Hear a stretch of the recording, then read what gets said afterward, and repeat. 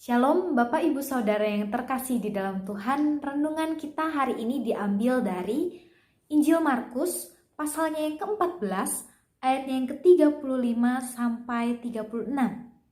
Markus 14 ayat 35 sampai 36. Begini bunyinya. Ia maju sedikit, merebahkan diri ke tanah dan berdoa supaya sekiranya mungkin saat itu lalu daripadanya. Katanya, "Ya Aba, ya Bapa, tidak ada yang mustahil bagimu. Ambillah cawan ini daripadaku, tetapi janganlah apa yang aku kehendaki, melainkan apa yang Engkau kehendaki." Tidak ada yang mustahil bagi Allah. Jika kita berbicara tentang kemustahilan dan ketidakmustahilan, tentu kita setuju bahwa tidak ada yang mustahil bagi Allah. Karenanya ayat semacam ini menjadi ayat yang populer di kalangan jemaat, bahkan mungkin menjadi ayat favorit di dalam jemaat. Karena seringkali persoalan kehidupan yang dalam kacamata manusia dipandang sebagai hal yang mustahil, ayat ini menjadi penyemangat yang memberi harapan bahwa segala sesuatunya dapat dilakukan oleh Allah. Tentu kita percaya dan mengamini bahwa tidak ada yang mustahil bagi Allah. Bahkan di dalam Alkitab sendiri, kurang lebih 10 kali ayat ini muncul secara eksplisit. Bahkan banyak lagi ayat yang bernada demikian di dalam Alkitab. Akan tetapi Bapak Ibu Jemaat yang terkasih, yang menjadi permasalahan ialah cara pandang kita untuk memaknai pernyataan bahwa tidak ada yang mustahil bagi Allah. Seringkali pernyataan Alkitab yang menyatakan bahwa tidak ada yang mustahil bagi Allah, kita pakai sebagai pengganti mantra yang menjamin bahwa keinginan dan harapan kita pasti akan dipenuhi oleh Allah karena Ia punya kuasa, karena Ia dapat melakukan segala sesuatu, maka harapan, doa, dan keinginan kita pasti dipenuhi oleh Dia.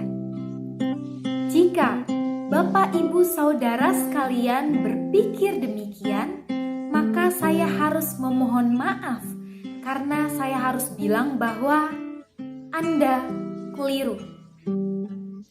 Memang benar Allah kita adalah Allah yang punya kuasa.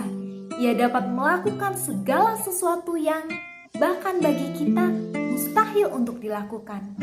Akan tetapi di ayat 36 di situ dikatakan, Yesus sendiri berkata demikian, "Ya Aba, ya Bapa, tidak ada yang mustahil bagimu.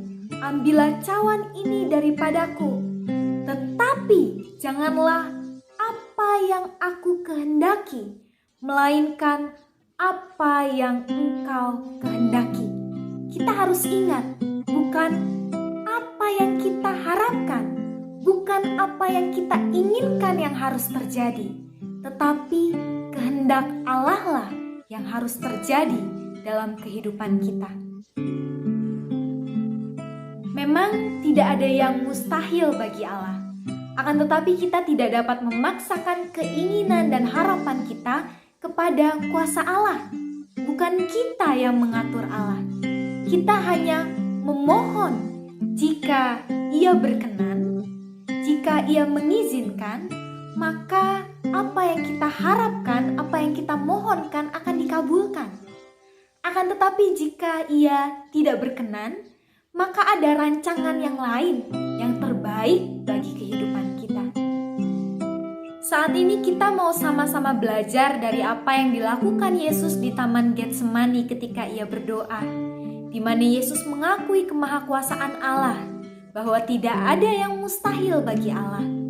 Ia bahkan memohon agar penderitaan yang harus dia alami boleh berlalu. Akan tetapi doanya ditutup dengan pernyataan, "Tetapi janganlah apa yang aku kehendaki, melainkan apa yang Engkau kehendaki." Sosok Yesus menjadi teladan bagi kita untuk menyikapi persoalan dalam kehidupan kita, bahwa kita tidak dapat memaksakan kehendak kita kepada Allah, tetapi dapat mempercayakan kehidupan kita sepenuhnya menyerahkannya ke dalam tangan kuasa Allah yang punya kuasa penuh terhadap kehidupan kita. Bapak Ibu Jemaat yang terkasih, memang Allah kita merupakan Allah yang punya kuasa. Tidak ada yang mustahil bagi Allah. Akan tetapi rancangan Allah berbeda dengan rancangan kita. Dan biarlah rancangan Allah, rencana Allah yang terjadi dalam kehidupan kita. Karena rancangan dan rencananya merupakan yang terbaik bagi kehidupan kita. Dan marilah kita percayakan seluruh kehidupan kita ke dalam tangan kuasanya. Tuhan memberkati kita semua. Amin.